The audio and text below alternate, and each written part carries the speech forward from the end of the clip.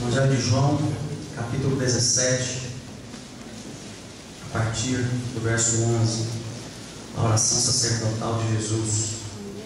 Diz assim a palavra de Deus. Todos encontraram? Amém? Amém. Já não estou no mundo, mas eles continuam no mundo, ao passo que eu vou para junto de ti. Pai Santo, guarda-os em teu nome que me deste, para que eles sejam um, assim como nós. Quando eu estava com eles, guardava-os no teu nome que me deste, e protegi-os, e nenhum deles se perdeu, exceto o filho da perdição, para que se cumprisse a Escritura. Mas agora eu vou para junto de ti, e isto falo no mundo, para que eles tenham o meu gozo completo em si mesmos. Eu lhes tenho dado a tua palavra, e o mundo os odiou, porque eles não são do mundo, como também eu não sou. Não peço que os tire do mundo, e sim que os guardes do mal. Eles não são do mundo, como também eu não sou. Santifica-os na verdade, a tua palavra é a verdade.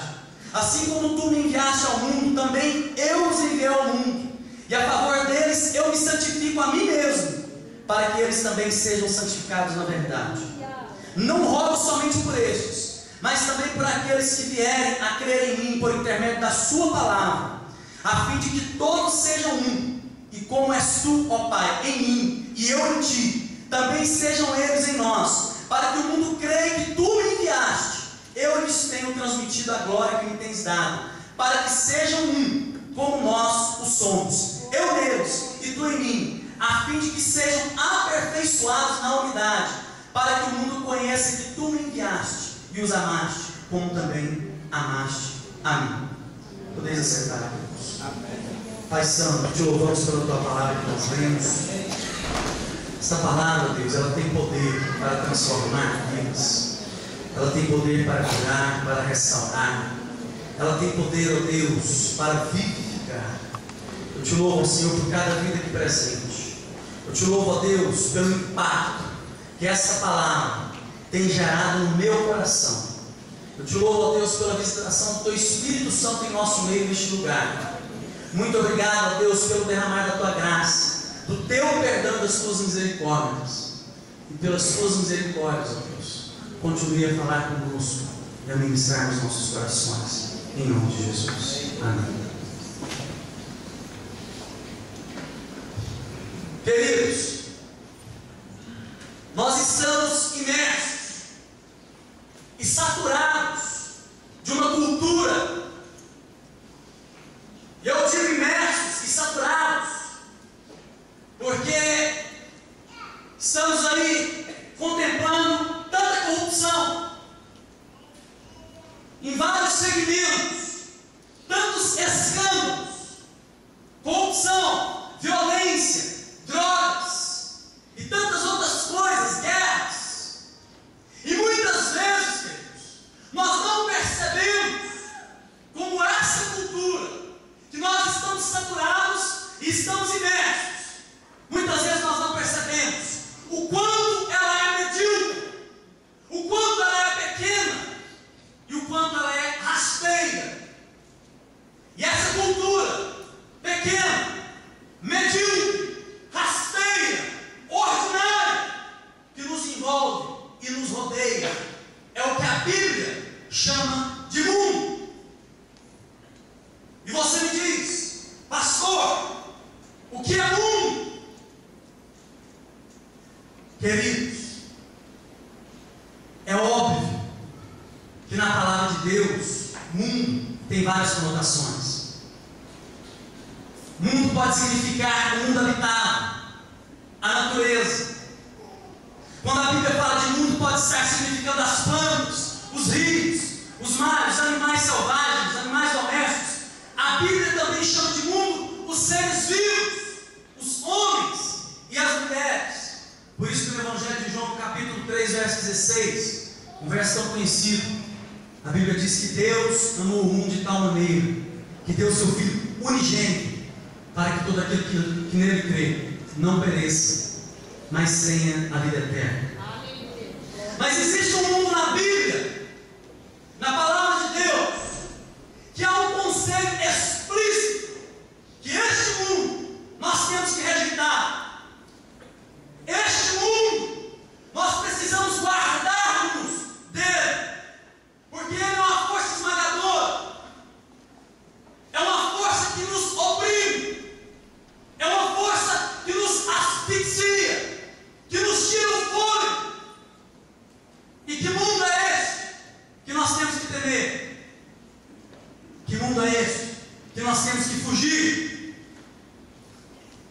é esse que nós temos que resistir, Deus?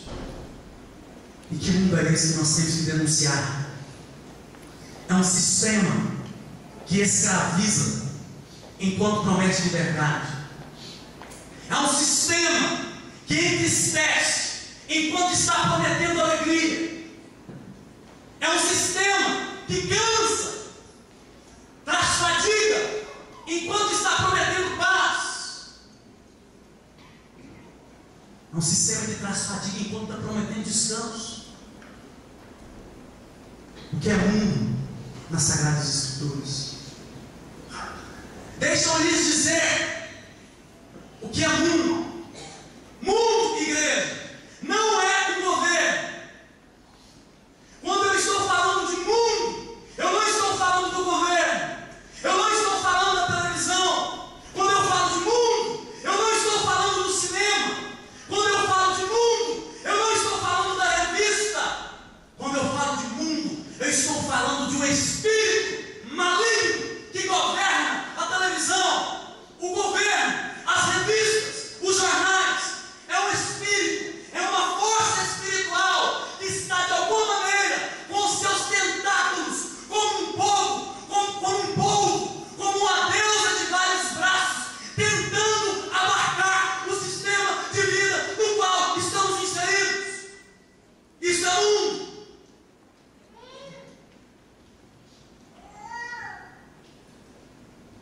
Então, mundo, igreja, é religião sem relacionamento com Deus. Aliás, é isso que muitas igrejas têm pregado hoje. Religião sem relacionamento com Deus. Isso é mundo. Mundo é esse espírito, ou são todas essas forças que geram em nós apatia, indiferença, que vão nos matando aos poucos. São as forças que vão causando em nós ansiedade e fadiga. É um espírito que causa em nós o sentimento de enganar e de mentir. É um sistema que gera degradação interior. Essa é a manifestação desse espírito que nós chamamos de mundo, que gera em nós inveja, que gera em nós apetite por tudo aquilo que é grotesco, que gera em nós apetite por tudo aquilo que é macabro, que gera em nós apetite pelo que é sujo, que gera em nós apetite pelo que é de má índole. Isso é mundo, que nos faz curiosos dos porões da moralidade. Isso é mundo. E este mundo, irmãos, ele está presente na igreja, no lar, na sua casa. Ele está presente porque ele está ao nosso redor, no trabalho. Este mundo nos rodeia onde nós vamos, porque ele é um espírito. Basta darmos uma pequena brecha para que ele faça a festa e arrebente com a vida da pessoa.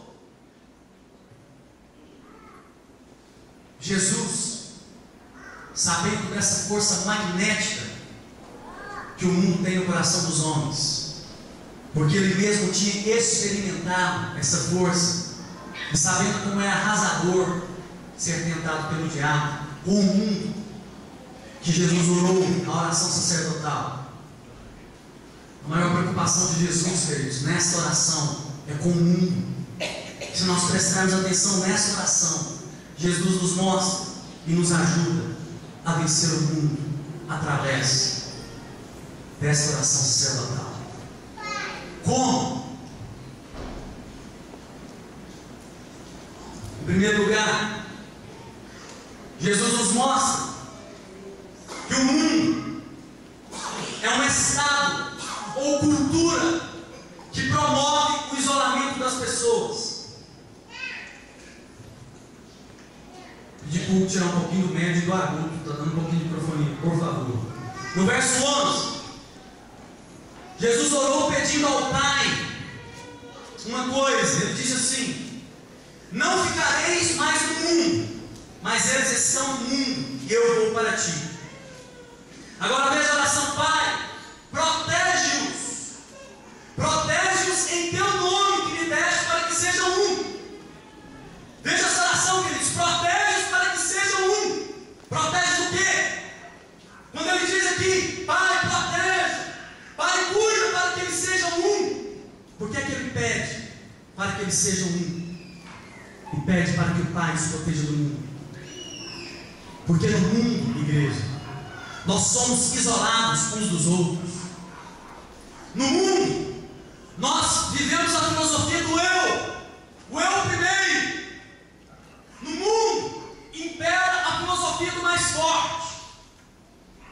Vença o mais forte. E quem não tem competência, que se esborre na vida. Esta é a filosofia do mundo. Aí Jesus vem e diz: Pai, protege-os, para que eles nunca percam de vista que eles são um contigo. Nós temos que ser uma igreja. Nós não podemos viver as nossas vidas isolados uns dos outros. Muitas vezes a igreja se torna fraca. Quando eu digo igreja, contigo no sentido generalizado, porque estamos reunidos, mas não estamos unidos como Deus quer que estejamos. Isso é muito sério.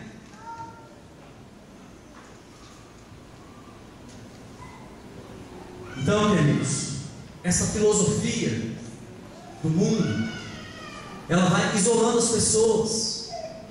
E quanto mais distantes as pessoas vão ficando umas das outras, quanto mais afastados nós estivermos uns dos outros, mais frágeis nós seremos.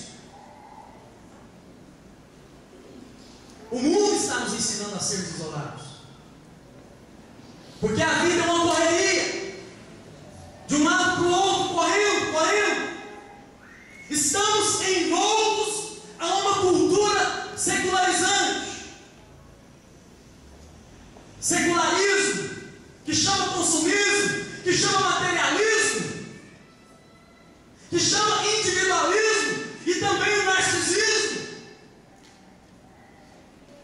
E isso, consequentemente, tem produzido uma epidemia de solidão e de tédio na vida das pessoas. Aí Jesus ora dizendo: Pai, protege-os, para que eles sejam um. Sabe por quê, queridos? Porque quando nós estamos caminhando em unidade, como a palavra de Deus ensina, quando um cai, o outro levanta. Quando um está com frio, o outro aquece. Quando um está desanimado, o outro diz: eu estou contigo. Quando um está caído, o diabo está fazendo frente a essa pessoa. Nós temos uma igreja unida, que se reúne para clamar e orar em prol deste, e Deus conduz essa pessoa à vitória, porque estamos unidos na presença dele.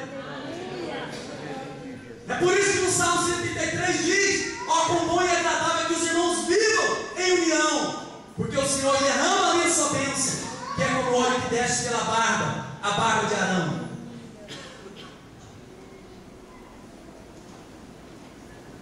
Eu achei interessante uma versão que eu queria ler para vocês, de 1 João 2, versos 15 e 16, que diz assim: não amem os caminhos do mundo, não amem os bens do mundo.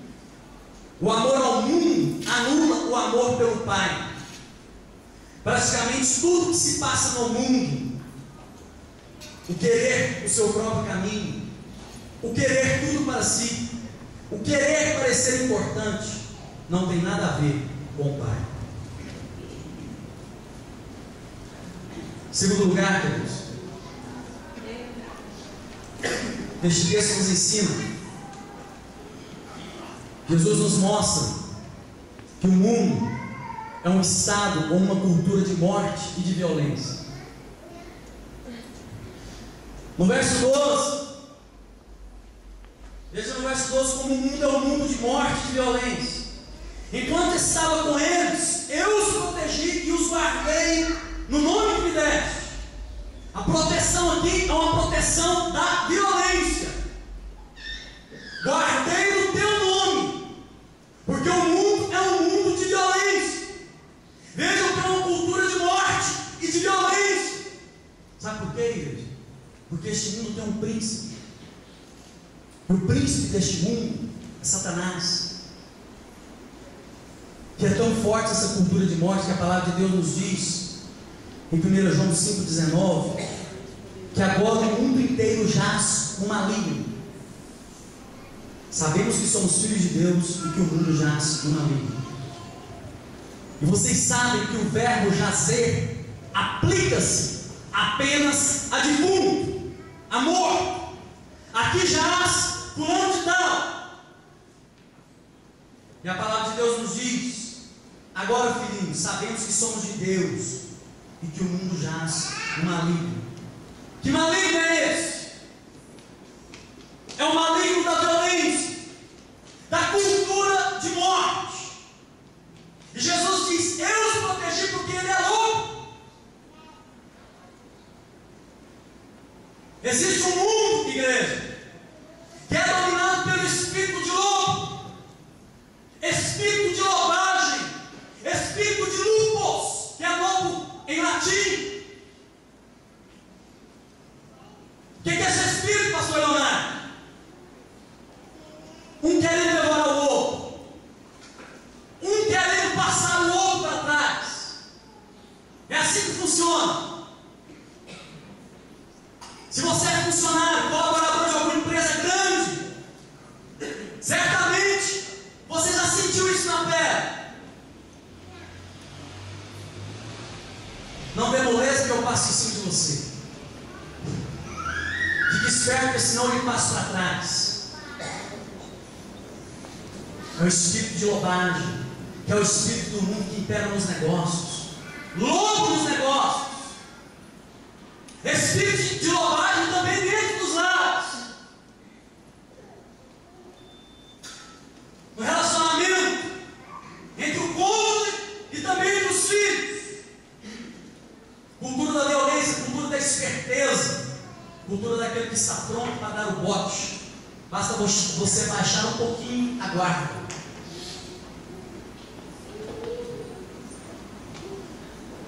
O mundo, queridos, é um mundo de lobos, que as pessoas muitas vezes são tratadas como objetos e não como pessoas. E tem muitas pessoas que fazem o que for necessário.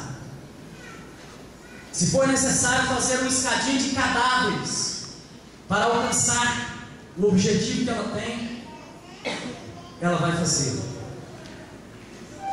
Muitos são assim. E aí Jesus vem e diz: Senhor, eu os guardei para que não fossem contaminados pelo espírito que contaminou Judas. O espírito de traição, de violência, de ódio.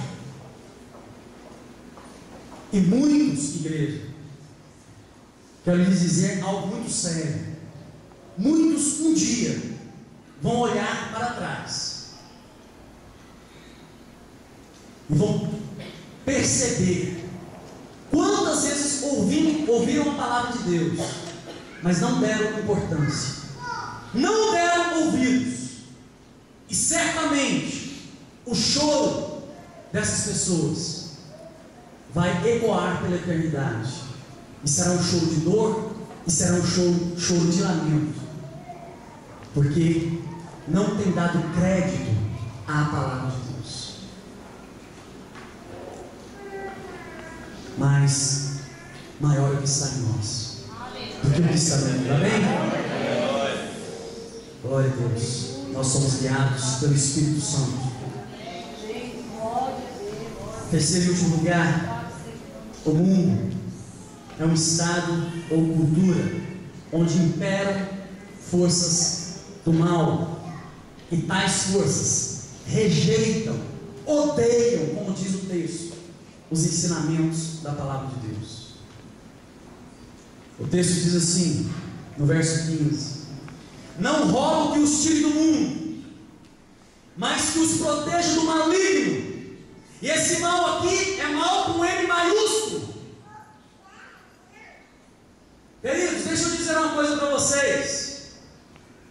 Às vezes a gente pensa no mal de uma maneira muito primitiva, de uma maneira muito rasteira.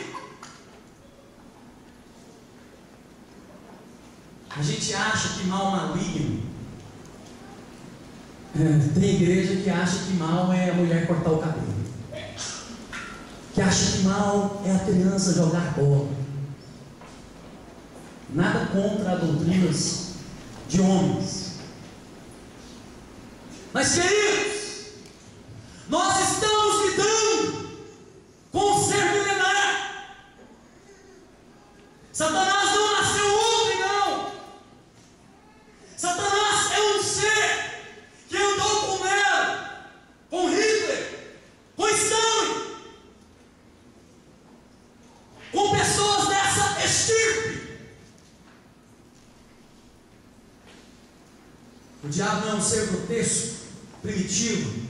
O apóstolo Paulo diz que as armas da nossa milícia não são carnais, e sim espirituais, poderosas em Deus para a destruição de fortalezas, anulando sofismas. Você sabe o que é um sofisma? Sofisma é um argumento filosófico dificílimo de ser combatido. E é assim que o diabo entra, com sofismas, e vai contaminando. É malignidade. Por isso é que o mundo é sutil. O diabo não entra arrumando a porta, queridos. Ele entra sutilmente. O diabo não entra vestido de capeta, com um tridente na mão, rabo de pombo e pega-dor, não. Como muitos pensam.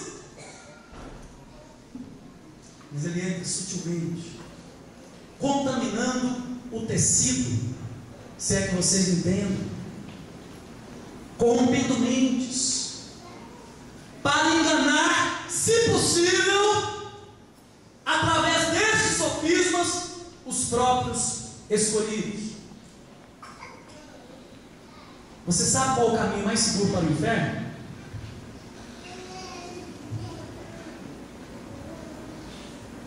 O caminho mais seguro para o inferno, queridos, é um caminho sem ladeira, sem curvas acentuadas, sem avisos. O caminho para o inferno é um caminho que parece inocente, está tudo muito bem, tudo muito tranquilo, todo mundo zen, todo mundo na paz, tudo de boa. Desse jeito.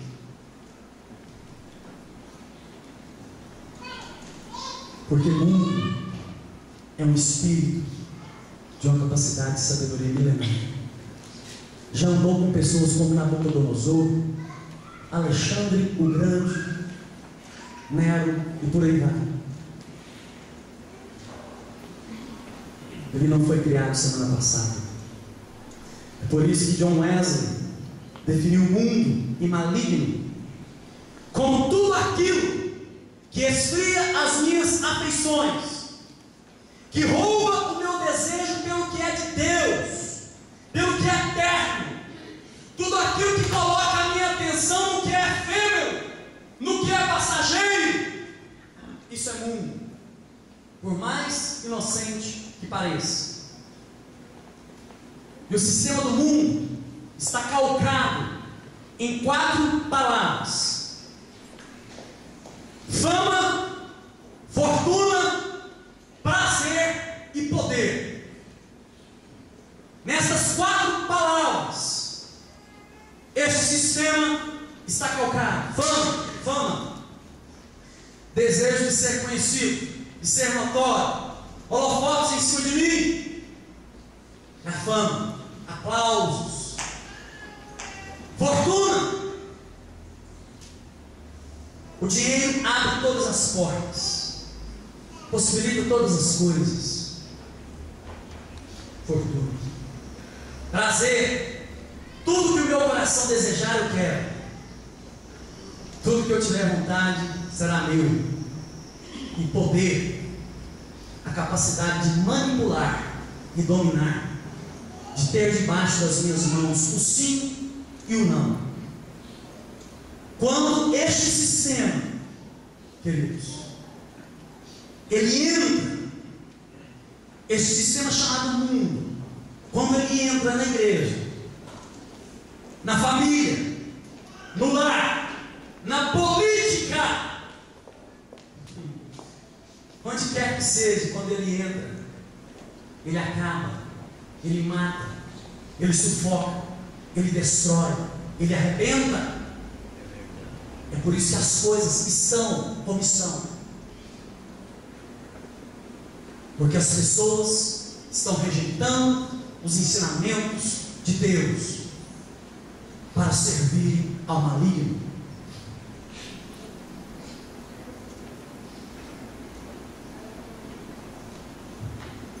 Para encerrar aqui no verso 19, diz o seguinte: em favor deles eu me santifico, para que também eles sejam santificados pela verdade. Eu me santifico. Quem estava dizendo aqui?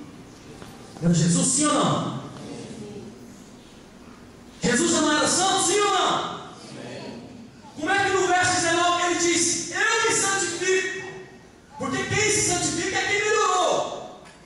E você sabe que santificação é essa aqui, queridos? Você sabe que santificação Jesus está falando aqui nesse texto? O santo só podia ser mais santo quando ele se entregasse no altar de Deus. A cruz, igreja, não foi apenas um campo de batalha onde Satanás foi derrotado. A cruz não foi apenas um palco em que a humanidade pediu para que ele fosse crucificado. Não foi o palco do drama humano. A cruz foi mais, mas muito mais do que isso. A cruz foi o altar em que o Filho de Deus foi sacrificado por causa de mim e por causa de você. E sabe por que ele foi sacrificado? Para que nós caminhássemos em santidade, para que nós caminhássemos em novidade de vida, para que nós caminhássemos com inteireza de coração na presença de Deus, para que nós caminhássemos com a certeza da salvação nos nossos corações. Foi para isso, igreja, que ele morreu na cruz do Calvário. Glórias a Deus. Ele foi ofertado ao Pai para que nós sejamos santos, para que nós sejamos santos.